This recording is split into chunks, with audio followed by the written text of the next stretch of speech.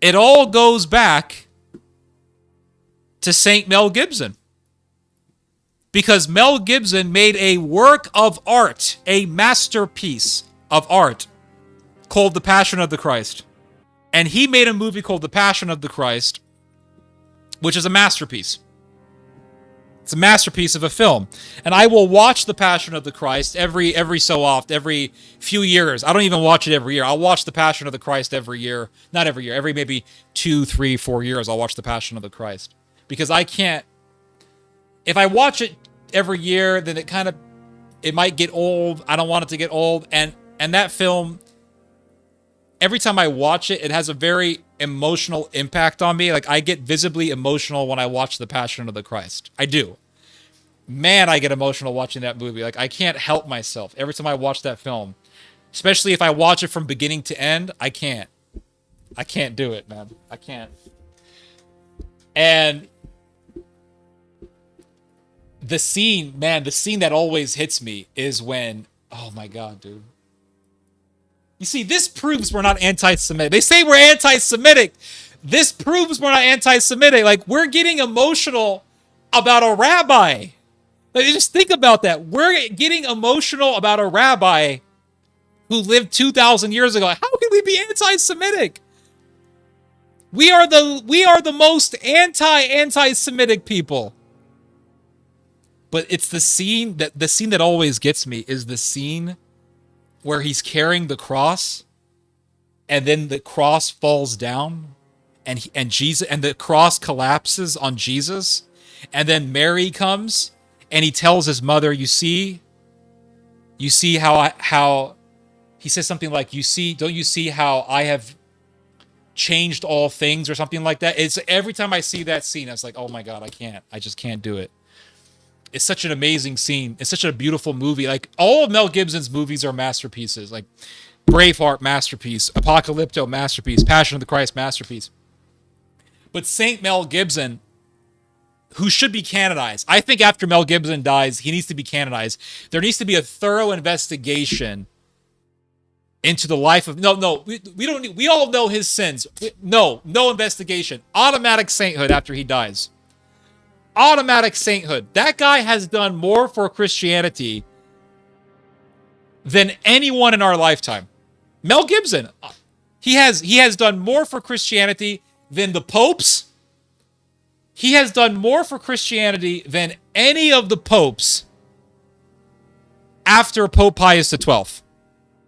All the popes after Pope Pius XII did nothing good for Christianity. In fact, they did damage to Christianity, especially John Paul II, who was a piece of shit, evil, and he should have never been made into a saint. I hate John Paul II. That guy did more damage to Catholicism than any pope since the Renaissance period. John Paul II and the dude who did Vatican II. Those two bastards. Evil. But they make him into saints. You know, Francis is a saint. Oh, Saint Francis now. He's a saint. And John Paul II. Saint John Paul II. He's a saint. He's a saint. No, he's not a saint. John Paul II was evil. And he should have never been made into a saint. But Mel Gibson, you know, they'll hate on Mel Gibson. That man will never be made into a saint.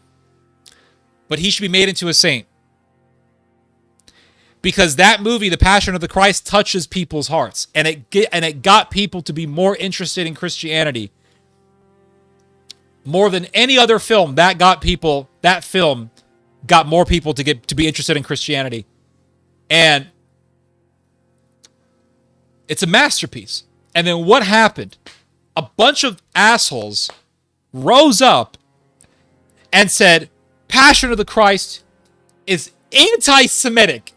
It's an anti-Semitic movie. Don't watch it. It's anti-Semitic. And for months, before I even saw the movie in theater, it's anti-Semitic, anti-Semitic, anti-Semitic, anti-Semitic. Watch television. And I watched the TV talking about the movie. Anti-Semitic, anti-Semitic. And I said, I'm going to see this movie for myself.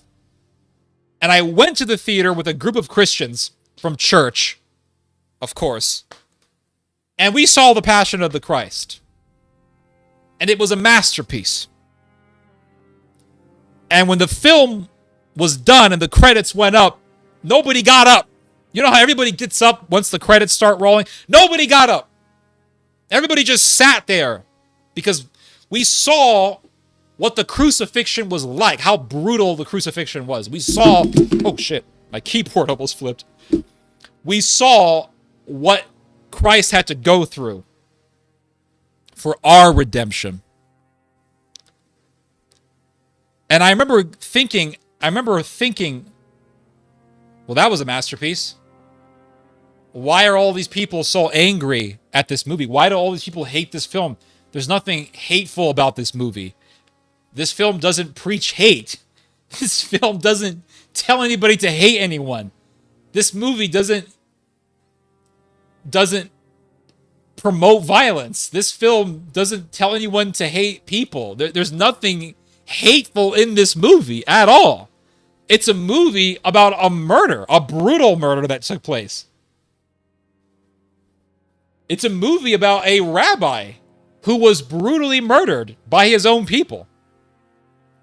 And they'll say, no, it promotes hatred against Jews because it tries to depict the Jews as the murderers of Christ, and therefore it encourages hatred against Jews. But that's bullshit. The film is historically accurate. The film is depicting a real-life historical event, and it is true to the historical documents that we have available to us about the crucifixion. The Gospels of Matthew, Mark, Luke, and John. Mel Gibson was simply being true to the text. That's all he did. No. It's anti-Semitic because the way that it depicts the people who wanted Christ to be crucified, it depicts them as evil. Well, they were evil. Annas was evil. Caiaphas was evil. Barabbas was a scoundrel. Judas was a traitor. The people calling for his crucifixion were evil. They were a mob. It's about a bunch of people who incited violence against an innocent man.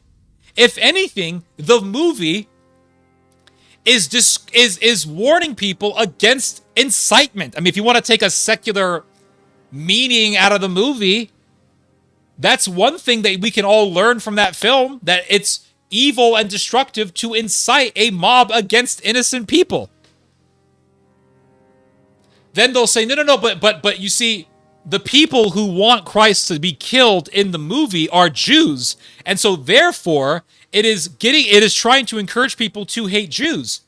Well, if that is your argument, I'm going to take your logic and I'm going to apply it to the film Schindler's List. Because in the film Schindler's List, you have Germans who are murdering Jews. So is Schindler's List promoting racism against German people? The Passion of the Christ is not encouraging racism against Jews, no more than Schindler's List encourages racism against Germans. But I didn't hear any of these people telling me that the movie Schindler's List or the film The Pianist were inciting hatred against Germans. It's only when you accurately depict the crucifixion of Christ that you have accusations of anti-Semitism. Why is that? That makes no sense. That makes zero sense. So I went to the theater, I saw the film, it was a masterpiece, and then I remember walking to the parking lot with this church group, and what happened? One of the women who were in the group is getting emotional. Not because of the film. Not because of what she saw in the movie. I kid you not. I heard this coming out of this woman's mouth. She says, and she's a pro-Israel, oh, Israel, Netanyahu, Zionism is great. One of those types. She says to our group, I still feel like the film is anti-Semitic. I sensed some anti-Semitism in that movie. And I remember hearing that, thinking, what is wrong with you? Are you insane? But you see, her brain was rotten. Her brain was rotted out by Christian Zionism. That's what Christian Zionism does to people's brains. It makes people retarded. That's what it does to people, you see. But people were saying, don't go see The Passion of the Christ. That's anti-Semitic. Guess what people did? They saw Passion of the Christ. So the hatred that was expressed towards the Passion of the Christ actually was perfect marketing for Mel Gibson. It was perfect marketing for Mel Gibson. Tons of people went to go see The Passion of the Christ. Even atheists went to go see The Passion of the Christ. Because the hatred that was expressed towards the film was so immense that it got people to actually go and watch it. And then people saw The Passion and they thought, wait, what? Now people are looking at Mel Gibson and they're saying, this guy was right all along. This guy was the pioneer behind the great awakening that is happening right now. So it all started with Mel Gibson. That's where it started. So now people are saying Christ is king, Christ is king. And Andrew Cliven, or whatever his name is, Clavin, and Ben Shapiro, and the gang, the whole squad, they were saying what? It's anti-Semitic. Well, guess what? People are now saying Christ is king all the time. So it's a lose-lose for them. If they do nothing, the anti-Israel wave is just going to grow no matter what. If they fight against the wave, guess what's going to happen? The wave is only going to grow faster.